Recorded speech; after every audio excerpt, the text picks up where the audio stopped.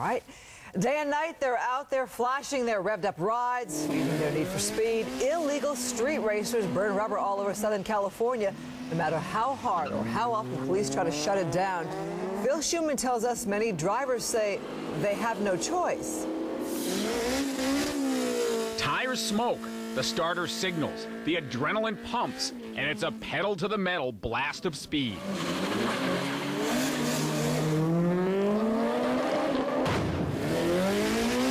Another start and another day and night. Beyond the finish line, a winning driver may find a big payday, wagering in the thousands. But races can go bad and turn deadly. 2 drivers lost their lives in crashes within a week of each other in December. The CHP's latest stats from 2007 show street racing is blamed for 8 fatalities and 44 injuries statewide. Just remember your officer safety out there. Be careful out there when you're checking under the hoods. Tight budgets make it hard for state and local police to devote officers to go after illegal racers. Because they're not street legal. But when they do, drivers are cited and their high-performance rides can be impounded, even pulverized. Despite the risks, the quest for performance and top speed continues to fuel the passions of racers, both legal and illegal. The thrill of racing is the quarter mile, get in the car, you have fun, the adrenaline, the rush. But we love one thing, huh? Racing.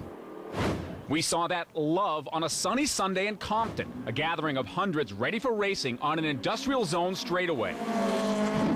While his buddies hold tight, a driver guns it, heating the tires, making for better traction.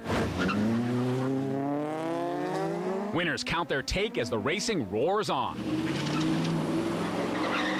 What we're doing here, this is an organized environment in an industrial area. We block off the cross traffic where there is no innocent. There's nobody here that doesn't want to be here. Most say they'd rather be on a legal track, like the one that was run on and off on Terminal Island from the 1970s to the 90s by racing crusader Big Willie Robinson. The last time we were open, street racing almost went to zero. Big Willie's Brotherhood Raceway used to be in this area on Ferry Street, right underneath the Vincent Thomas Bridge.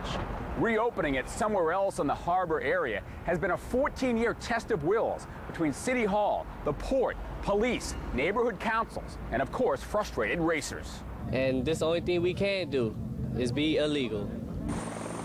After 90 minutes, the Sheriff's Department busted this Compton gathering, helicopter and ground units convincing drivers and spectators to head for the exits.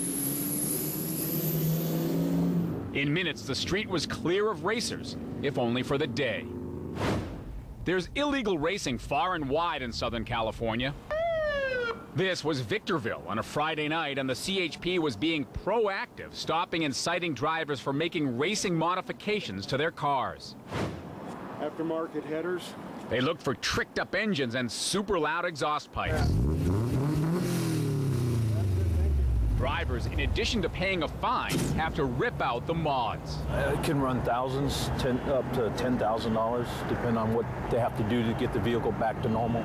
On this night, the CHP didn't bust any actual racing. Officers figure the ticket writing put the brakes on that. Here's a copy of your ticket. Just drive safe and be careful, okay? But illegal racers stopped around Southern California typically just vowed to return to the streets, take their chances, and go for it. Phil Schumann, Fox 11 News.